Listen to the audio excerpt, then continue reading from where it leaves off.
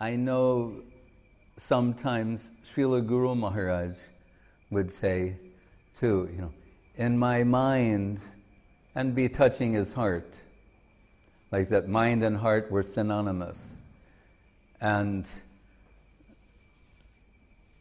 on a very high level, we know when Mahaprabhu is before the Rath Yatra chariot with Jagannath and Radha Baba Duty Subalita, he's enriched with the heart and halo, the heart, the heart of Srimati Radharani. When he starts singing different songs and verses, one of the ones that he sings, first of all, it's all sung from the perspective of Srimati Radharani. He's singing, but it's her heart expression. And one of the most famous says, Anyara Hridoyaman Moraman Brindavan. It says, normally, for most people, their heart and mind are the same. Anyara. For others, Hridoy Man. Hridoy meaning heart, man, mind. But he says, Moraman, but my mind and Vrindavan are the same. So,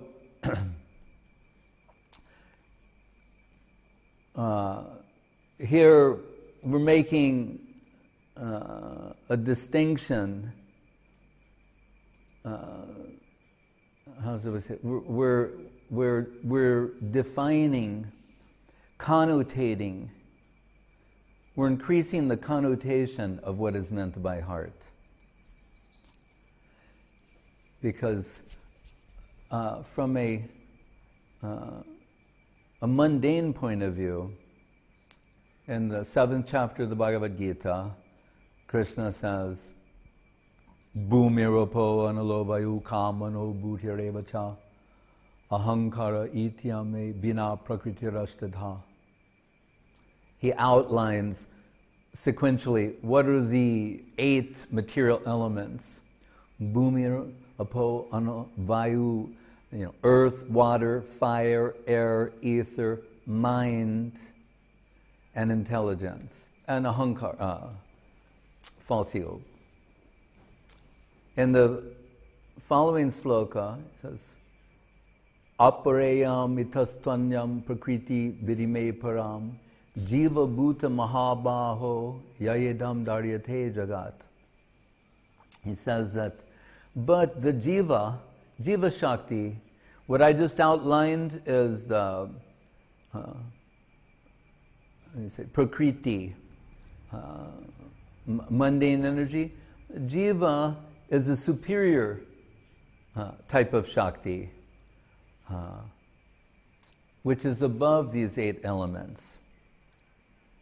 So, although we don't normally think of it this way, or it's not the first verse that would come to our mind in terms of Sahajiyaism, Srila Guru Maharaj used it as a refutation of Sahajiyaism along these lines, that their idea is that by reconditioning the element of mind, the mundane element of mind, filling it with images of Krishna, making it accustomed to hearing certain sounds, that one will have some sort of epiphany and their swarup will manifest. Guru Maharaj is of the opinion that all of this must dissolve, right?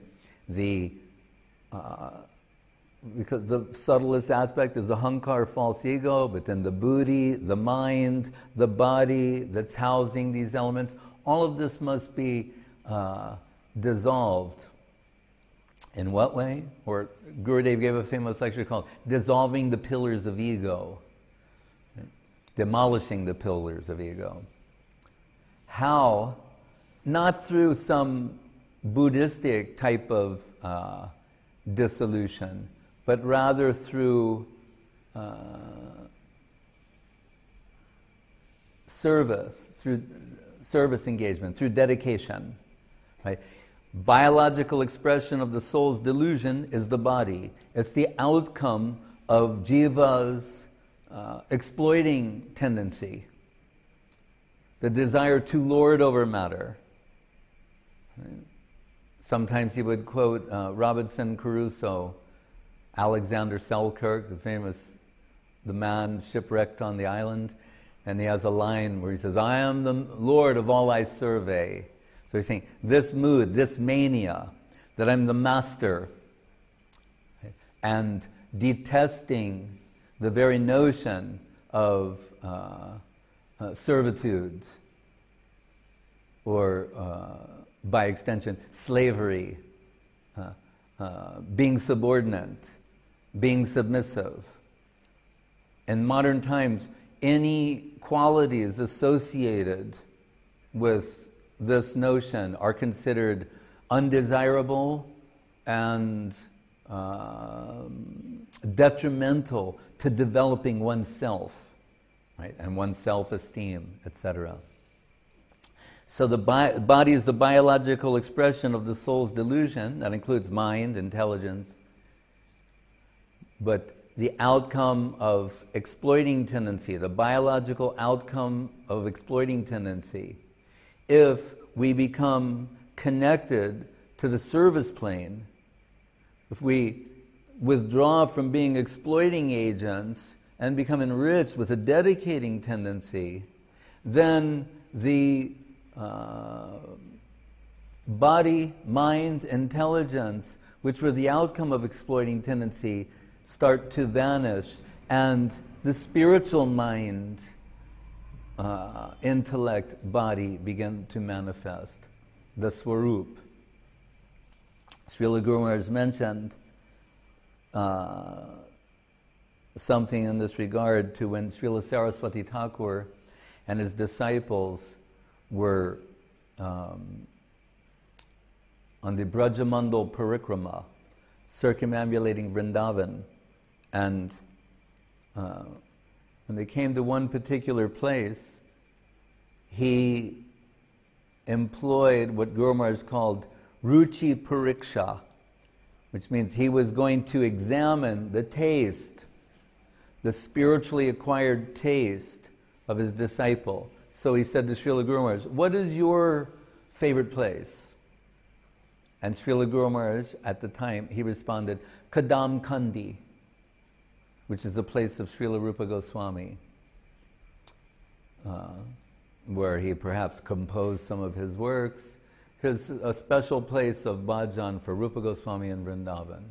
So Guru Maharaj said, that place has some special meaning to me, and I have some special affinity for it.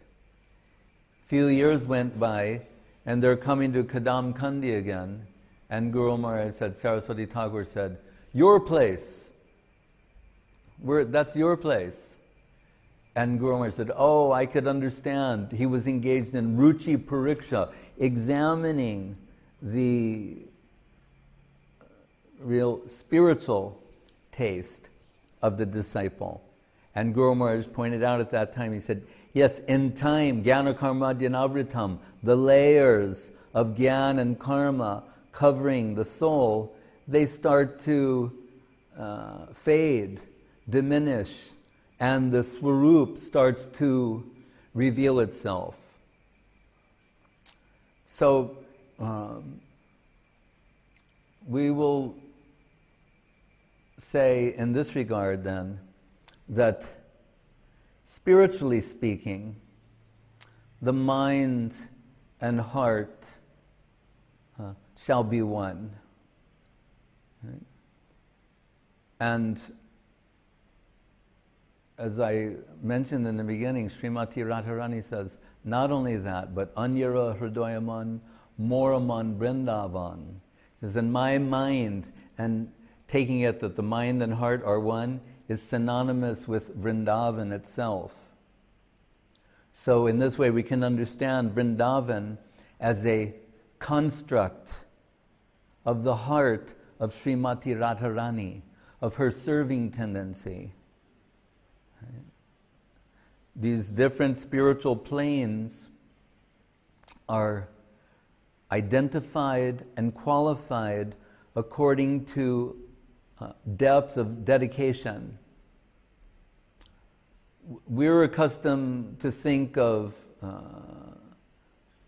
planets, stars in space and distance in terms of miles, kilometers, light years. There's some system of measurement. Right. But the system of measurement for the spiritual planets, the spiritual domains, is degree of dedication. That is what distinguishes the lower hemisphere of the spiritual world, Vaikuntha, from the upper hemisphere, the Adhokshaja, the Aprakrita plane of Goloka Vrindavan. And Rupa Goswami addresses this in the Upadeshamritam. In the sloka it says, Vaikuntaj janito bara madhupuri tatrapi rasotsavad. He's saying there why Mathura is superior to Vaikuntha. Sometimes Guru Maharaj described it. He said, where Sanatana Goswami goes step by step by step in gradual development in Brihad Bhagavatamritam, he said Rupa Goswami leaps from Vaikuntha to Mathura, right? Bypassing Ayodhya along the way. And he says, why is Mathura superior to Vaikuntha? Vaikuntaj janito bara madhupuri, because of the birth pastimes.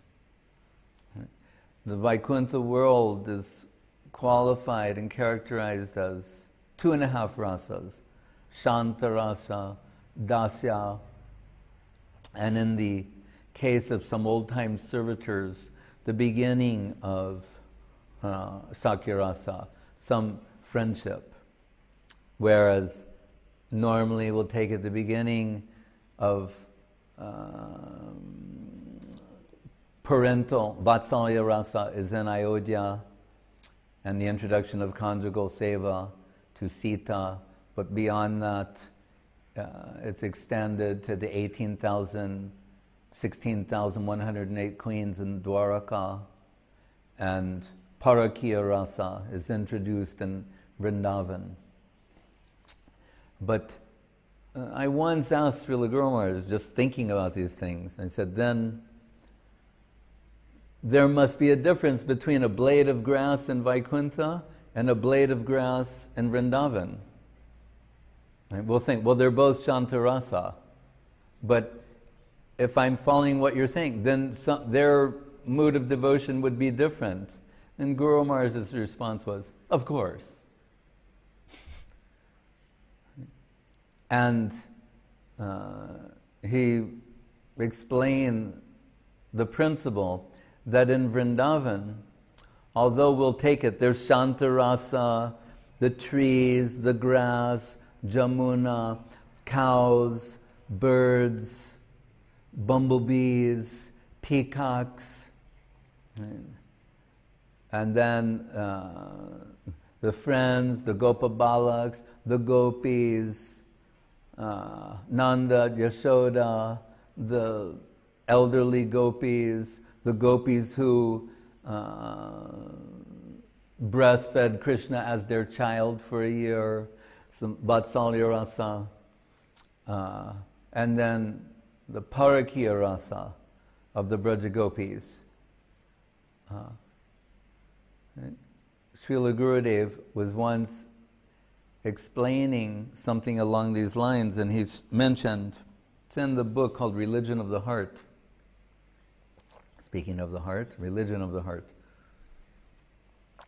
And there he mentions that the impetuousness of Krishna. Sometimes we know Mother Yasoda's tending to milk, or she's cooking something or whatever, and Krishna wants her attention, and he wants it now. And he wants her to stop everything that she's doing and attend to his wants and desires immediately. So discussing this, Srila Gurudev said, this is Parakiya Rasa, right? Parakiya Bhav.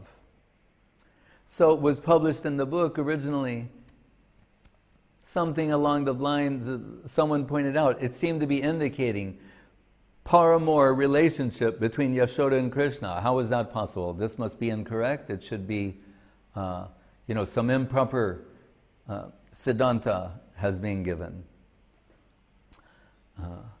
But if we look carefully, that was not what was being said. What Srila Gurudev was pointing out, this impetuous mood of Krishna was indicative of Parakiya Bhav. And we say Parakiya, it means the sense of another. So Srila Guru Maharaj has explained in Goloka Vrindavan that Parakiya is the predominating sentiment. Right? The cowherd boys, they hear rumors that Gopal is not one of us. Or they're thinking that themselves. He does extraordinary things. I think some people say Gopal is not one of us. That makes them nervous. And the outcome is it makes them express a greater depth of love in the being confronted with his otherness. Mother Yashoda will say, she will hear rumors that Krishna is not her son. That some people say he's the son of Vasudeva and Devaki, and that he was transferred from Mathura to here.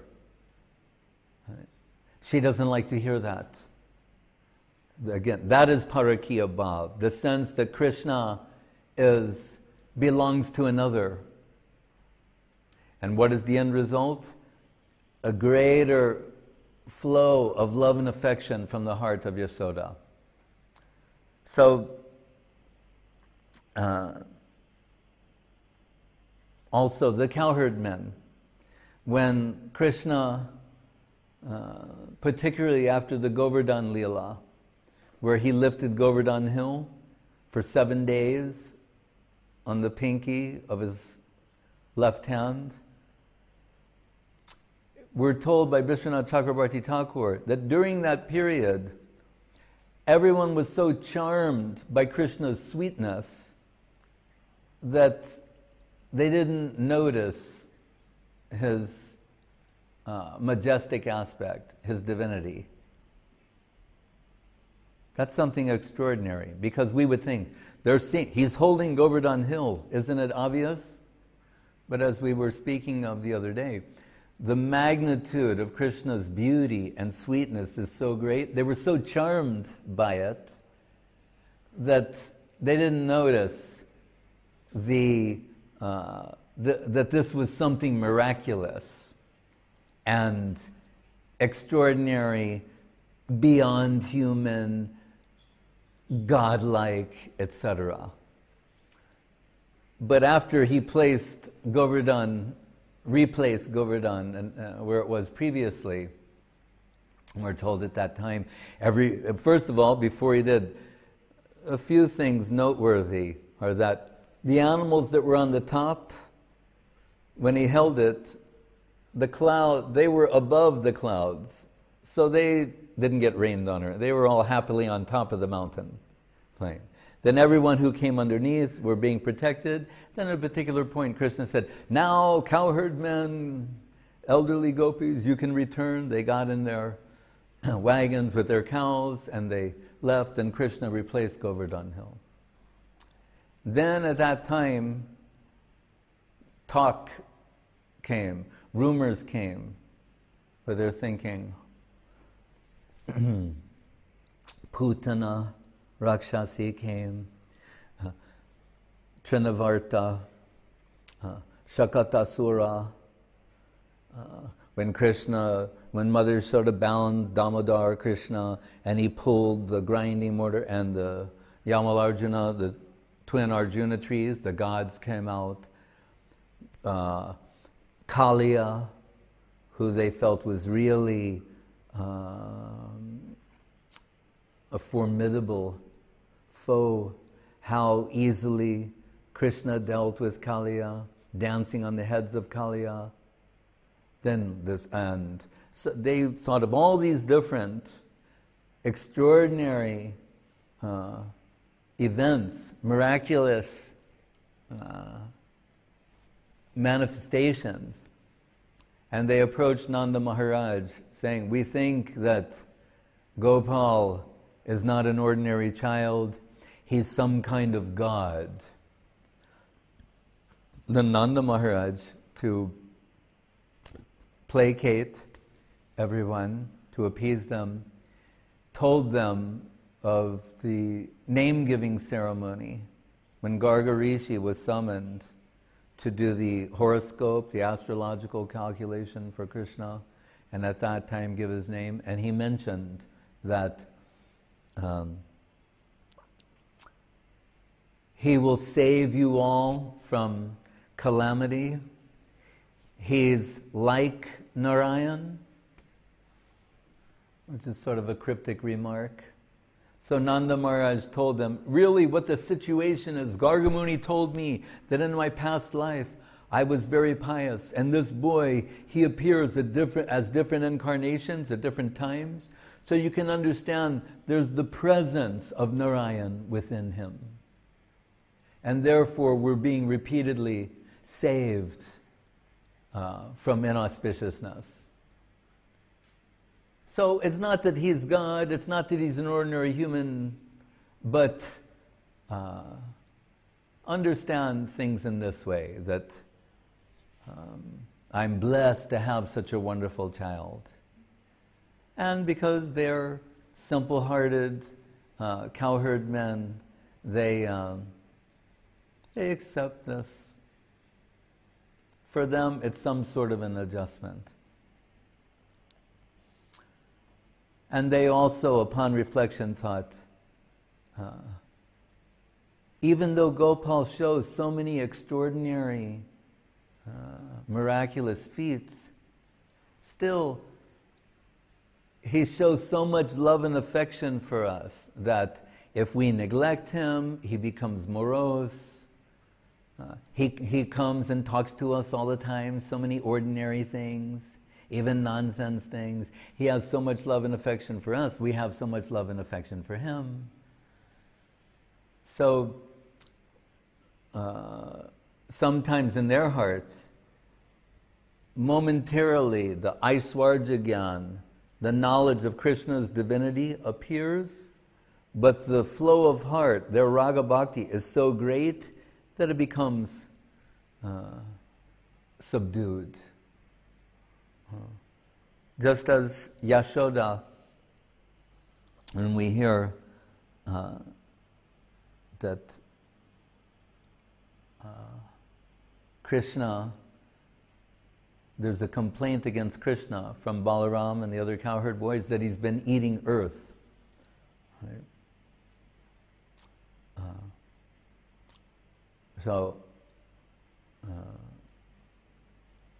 This is an example of how his lying is liberating. Right? Once, Srila Guru Maharaj said, describing Krishna, he said, autocrat, despot, and liar. And everyone was shocked. Because that's a very unconventional way to praise the Lord. My dear Lord, you are an autocrat, despot, and liar. Amen. They said, autocrat, despot, and liar. And one devotee said, could you please explain that? And he said, yes, autocrat, reality is for itself and by itself, the Hegelian maxim, Swarat, Janmadhyasyathunvayad itarata cha arteshu abhigya swarat. He exists to fulfill his own purpose. He's not contingent, his existence is not contingent upon any other. He's the absolute. Then, despot. He said, yes, because if we try to impose our moral standards upon him, then we become losers. Right? He's the absolute good, the ultimate and absolute good. We shouldn't try to check his movements by imposing the boundaries, limitations, constraints of human standards. This is part of the mystery of Prakriti Lila, human-like pastimes. So he's an autocrat, despot. Okay, then we can understand reality for itself, by itself. Nothing should come to check him. He's the absolute good. But liar? How do we harmonize that? How should we digest that? Guru said, yes, liar, because you're not ready to hear the truth. He said, so he's adopted the position of a liar to gradually give you exposure to the truth. Similar is that to the saying appears in the Bhagavatam, Paroksha Bhada Bedoyam Balanam Anushashanam. The way you teach a child is not to fully reveal the truth, but to gradually reveal the truth. So on this lying, Krishna's lying being liberating, Vishwanath Chakrabarti Thakur gives us an example. When Yashoda calls Krishna and said, have you been eating earth? And Krishna said, no, I haven't. The other boys, we were playing and they're angry at me and they want to get me in trouble with you. So they're saying that I've eaten earth. But I've not eaten any earth. You can look in my mouth and see what a good boy I am. And Mother said, then she looks, Krishna opens his mouth, and what does he see inside her mouth? The earth planet. I've not eaten any earth. Look. She says, the earth. What to speak of some earth, she sees the earth. And as she looks closer, she sees all the planets, all the stars, the Milky Way, the galaxies, so many, and she becomes overwhelmed.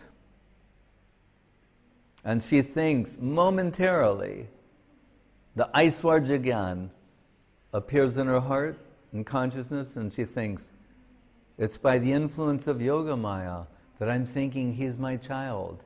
He's the supreme, original personality of Godhead. But under the influence of this divine illusion, I think he's my child, he treats me as mother, like that. Then, sometimes Guru Maharaj said, then a cat nearby goes, meow! And Krishna is afraid and he grabs his mother's sari and holding on to her because he's afraid. And she's thinking, that's my boy. All that Aishwarya Gyan, that momentary awareness of Krishna's divinity vanishes like a hallucination. Right? Like so many thoughts go through, and momentarily this went through me, vanished. Right? So, and Chakravarti Thakur makes some distinction. After Krishna killed Kamsa, the inhabitants of Vrindavan, like Nanda Marjana, they're all embracing Krishna and celebrating. Vasudeva and Devaki were more reserved because they were aware of his divinity. So he lied to his mother, and she became, well, we don't take it that she was conditioned to begin with, but it's that lying is liberating and good.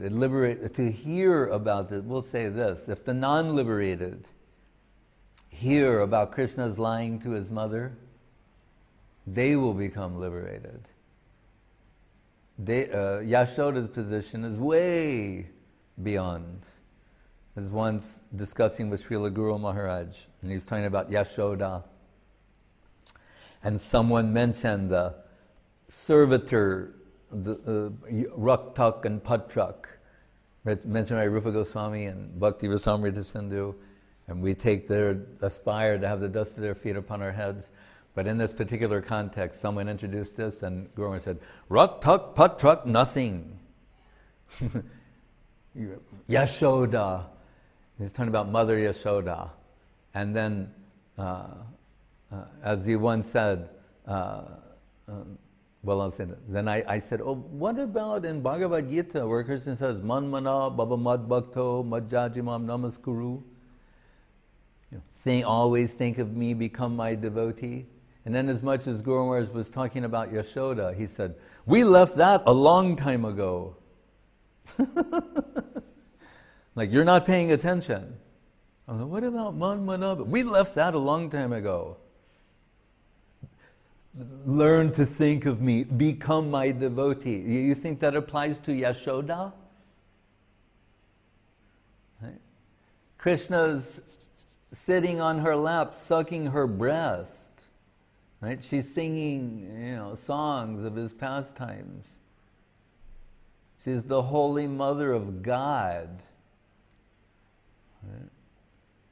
So when some devotees partially hearing analysis about Shantarasya, Dasya, Sakya, Vatsalya, Madhura, Swakya, Bharakya, somehow invoking Guru Maharaj's name, they were demeaning Vatsalya Rasa. When the news of this came to Guru Maharaj's ear, he said, my heart is mortified to hear this. He said, what do they think it is? He said, and don't they know? He said, the first duty every morning of Radharani and Brajagopis when they rise in the morning is they go to the doorstep of Yashoda and give their dandavats and thank the Lord for Yashoda, without which there would be no Krishna. So, Yashodava Mahabhaga Nandakim Akarod Brahmam Shreya Evam Mahodayam. And Parikshit Maharaj and Sukadeva were praising Nanda Maharaj. Right? Ahangiha Nandam Bande Yashalande Param Brahma. Krishna's crawling in his courtyard. Where it says Yashodava Mahabhaga. She's even more fortunate than Nanda Maharaj. Papo Yasyastanam Hari, because Krishna is sitting on her lap, sucking her breast milk. Nandakim Akarod Brahman. What did they do to achieve these positions?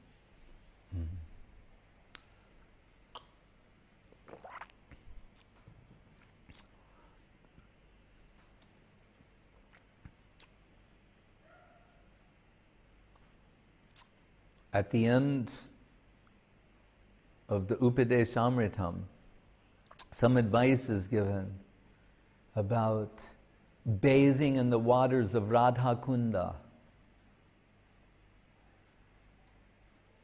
Srila Guru Maharaj quotes Saraswati Thakur saying, that is not water in the conventional sense. To bathe in the waters of Radha Kunda means to bathe in the waters of a particular level of Atmanivedana, of dedication and self-sacrifice. One should bathe in those waters of self-giving to the extreme. That is why it is qualified as Radha Kunda. Vrindavana hoite shrestha Govardhana Shaila, Gandharvika Giridhari Jata Kridda Koila.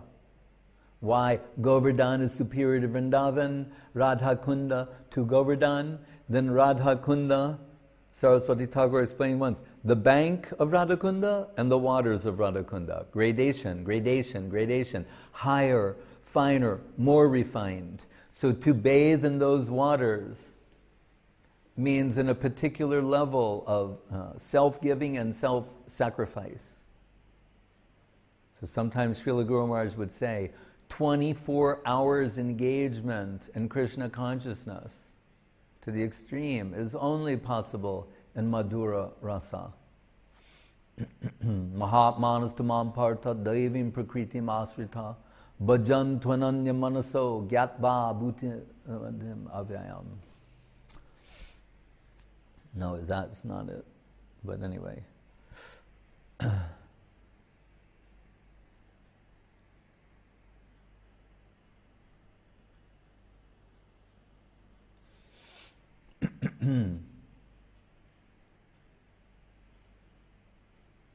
Hare Krishna. Any other question?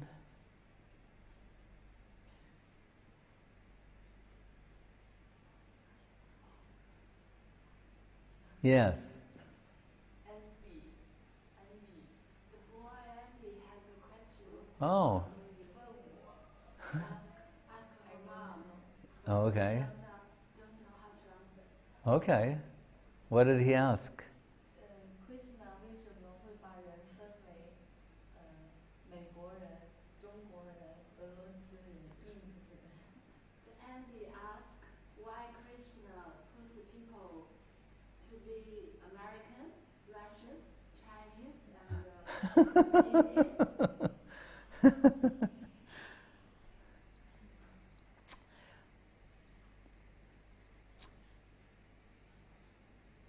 Krishna only wants love and affection, right? Whether it's from Chinese, American, Russian, Indian. We're this theme about heart. Krishna consciousness is a heart-to-heart connection. So only the body.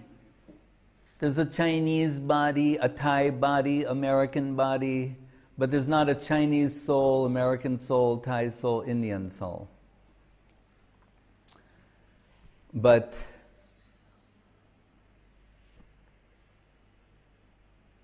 you have to explain to him something about karma and desire. So he was in China, now he's in Thailand. Why? There's some reason for that, right? There's some reason. We are the, we generate our karmic circumstances. So when mother and father meet, their consciousness attracts particular soul to take shelter in the womb of that mother. So it has to do with karmic destiny. We say for every action, equal and opposite reaction. So there's some action in the past that necessitated that someone's born in China, someone's born in Thailand, someone's born in America, someone's born in Russia.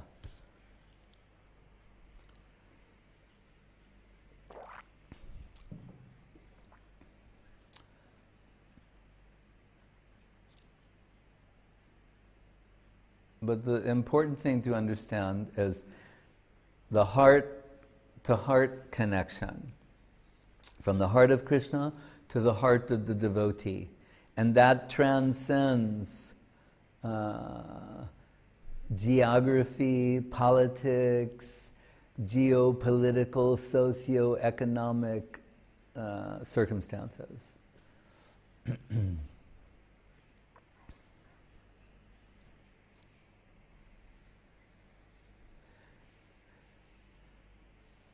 But the simplest answer is that they wanted to.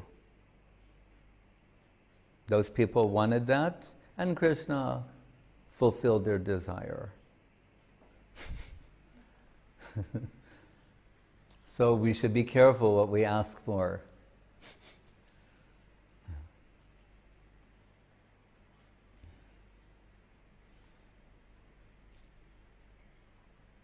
Hare Krishna. Any other question? Yes.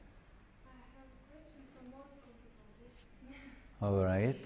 Yeah, they were reading Chaitanya Charitamrita, and the question arises about the position of Keshava Kashmiri. Was he associated of Chaitanya Mahaprabhu or not? And is there any mention about him in Rav Nadeshti? I don't know. But for someone to participate on that level in the pastimes of Mahaprabhu, it cannot be a man from the street.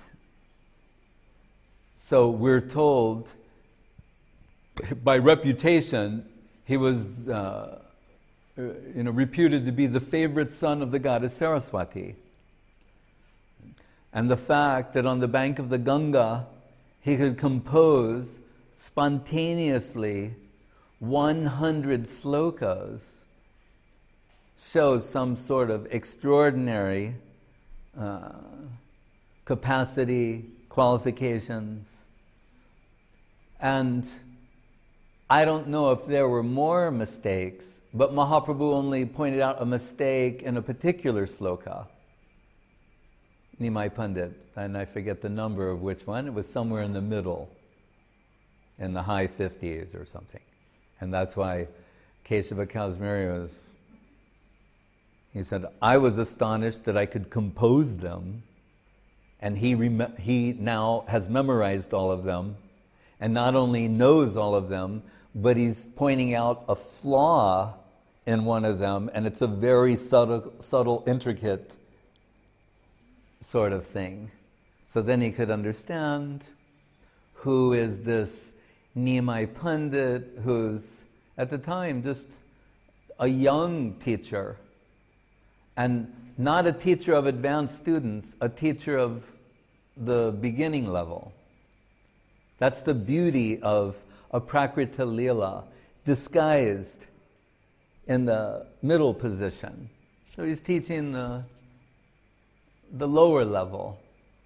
So that means he should be the least qualified.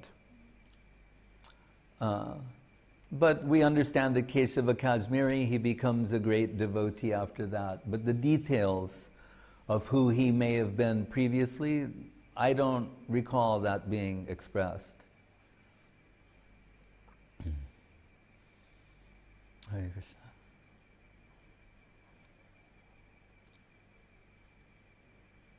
Yes.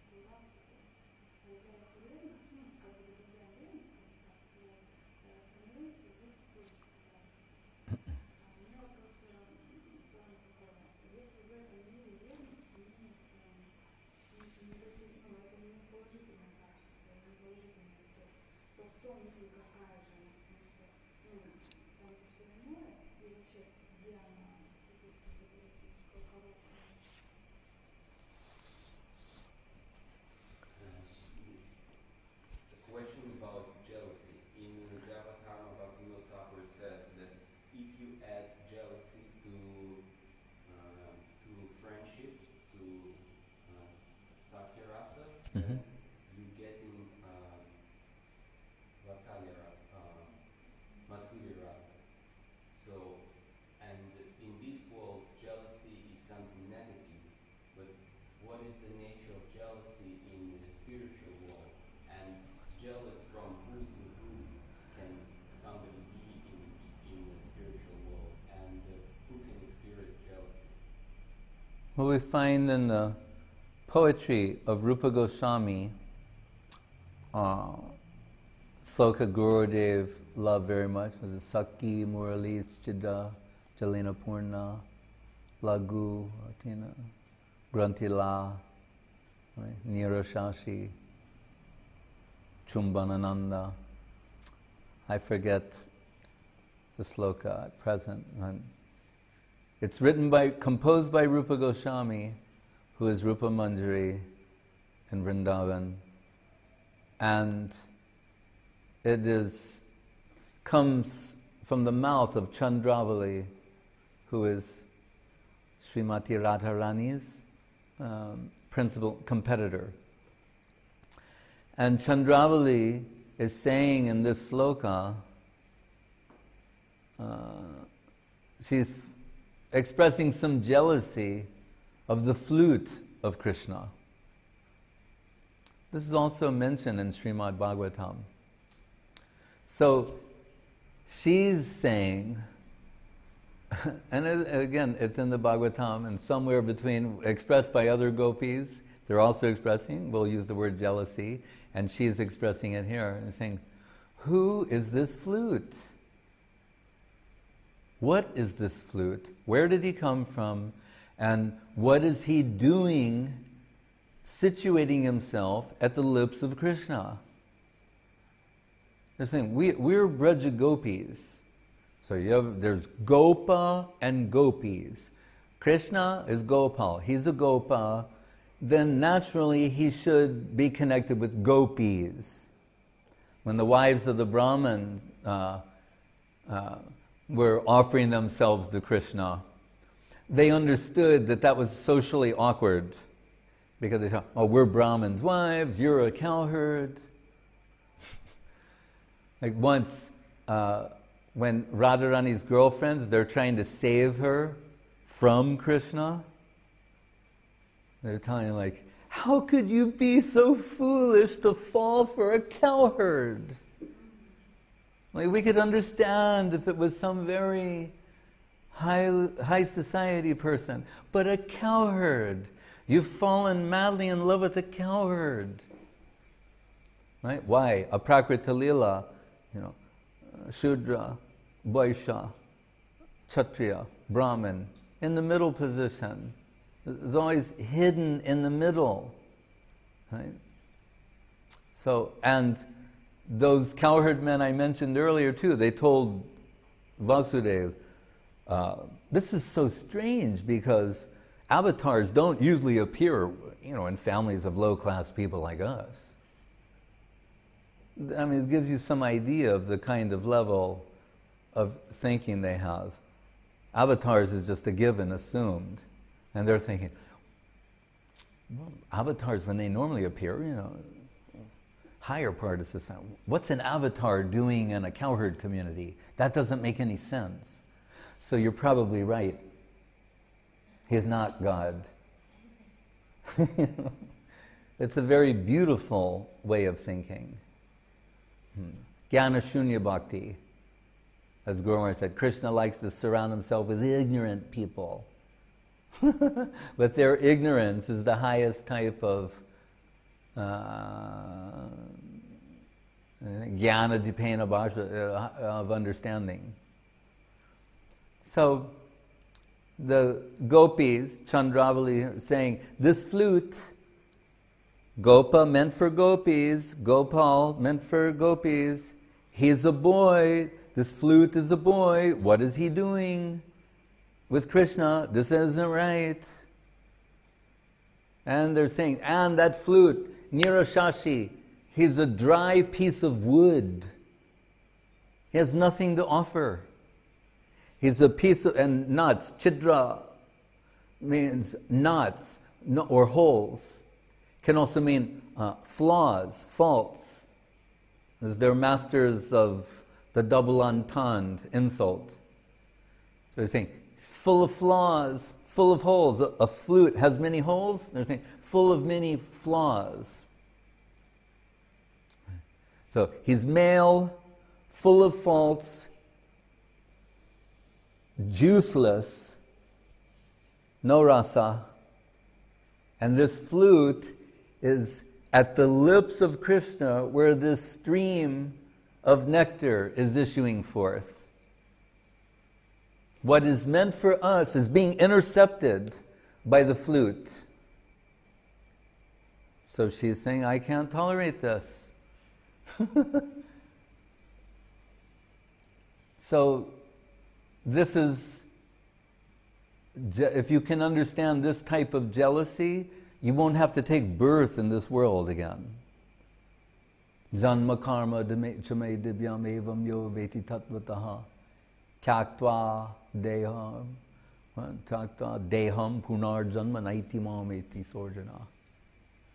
Everything can trace back to the central conception of the Absolute, the Aprakrita Leela of Krishna.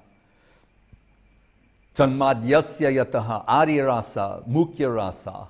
And more specifically, parakiya is the origin of everything. So everything can be accommodated there, including jealousy. But not envy of the devotee, matsarja, right? Not envy of a devotee for their devotion. Right? Not denying their good fortune. Chandrava and the others, they're singing the glories of the flute. They're acknowledging the flute's intimate position. It's the eternal paraphernalia of Krishna. Right? As we hear in the Brahma Sangita, in the very conclusion, in the Shreya Kanta Kanta Sloka.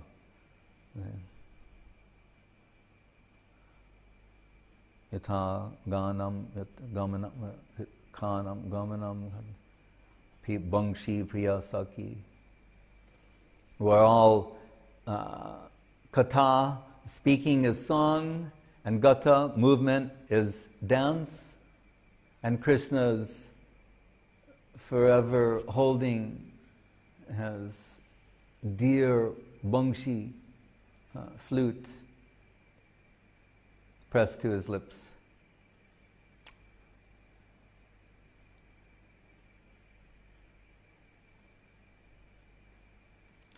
So,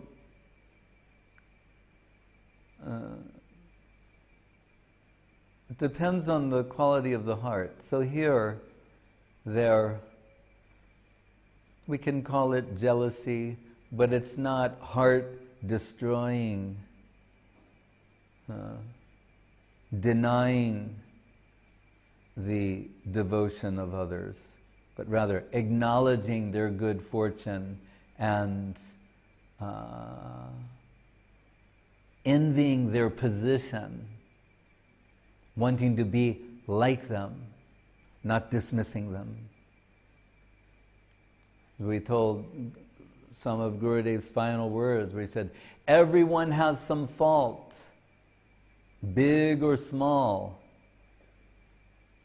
He said, that is not the question. He said, but those who have devotional spirit,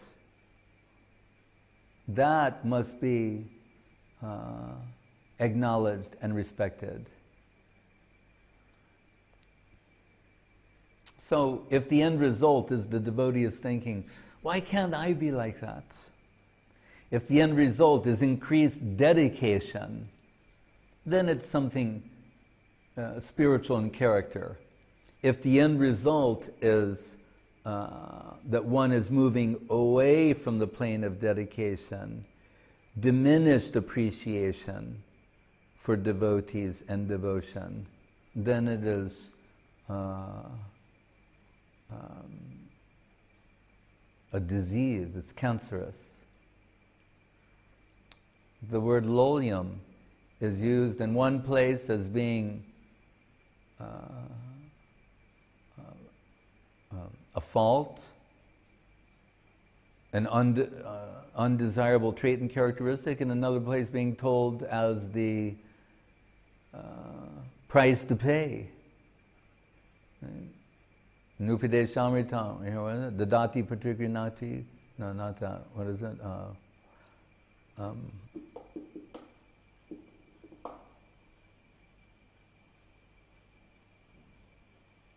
prajalpa niyamagraha janasangas chaloyam cha. What is the beginning?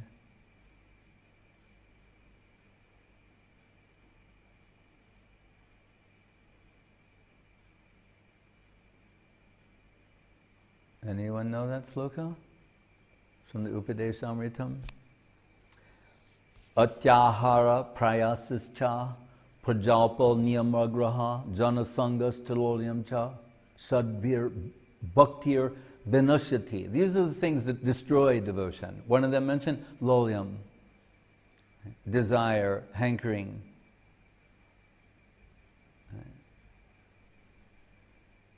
Out of control. Then we're told Krishna bhakti rasa bhavitamati kriyatam yuti kutopina ladyate tatra lolyam moolam ekalam. Here we're told, but lolyam, this is what you have to get this. What does that mean? Genuine hankering for that divine substance. You can use the word greed. So in one place, greed is bad. Another place, greed is good. Atmendriya priti ichadari prema, Atmendriya priti ichadari kam, Krishnendriya priti ichadari bole. Atmendriya priti ichadari bole kam, Krishnendriya priti ichadari prema nam. Atmendriya, when it's self-directed toward that misconceived self, then we're told it's calm, lust, degrading. When it's Krishnendriya, Hrishikena, Hrishikesha Sevanam, in the service of Krishna, the same thing goes by the name of Prem. It's invigorating, enlivening.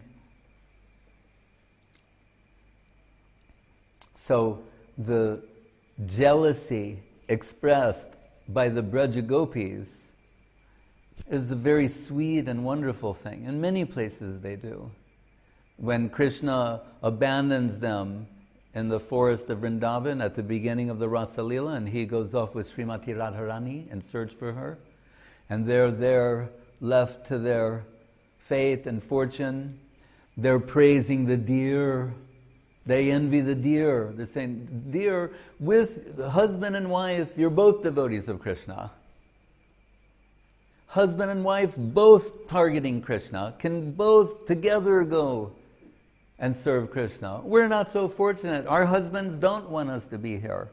They're trying to obstruct our path to Krishna. They're inquiring from the creepers, the vines. They're seeing the fortune of all others, not themselves. Right? That's their type of so-called jealousy. It's to recognize the good fortune of others, not to try and prevent or dismiss the good fortune of others, but to recognize that. They think, oh, the cowherd boys, they get to go to the forest with Krishna, and we're not allowed. How fortunate they are. Wish we could be like them.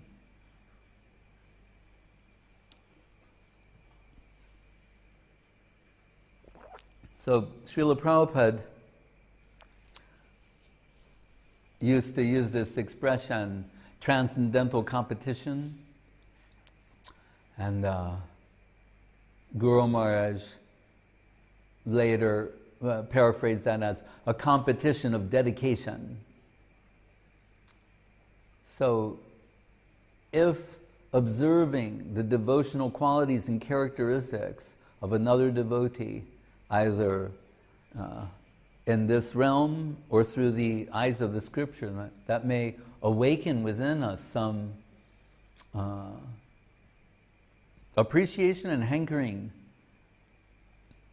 that we could also be like that someday. They're showing that it's possible. Right?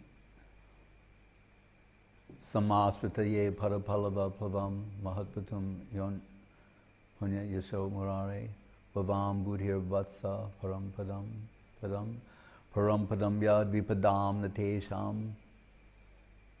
Guru Maharaj compared the Vaishnavas to lighthouses illuminating the way across the ocean of nations. And the Bhagavatam says, the path chalked out by their lotus feet, that remains a path of approach. Just as in this world, if there's some forest or woods, someone will make a path. And we'll see, if you look carefully, you see, oh, you follow this path and you'll get to the other side. So the devotees are, by their example, by their heart's devotional expression, creating a path to the lotus feet of Krishna. Hare Krishna. Jai Shri Gurudev.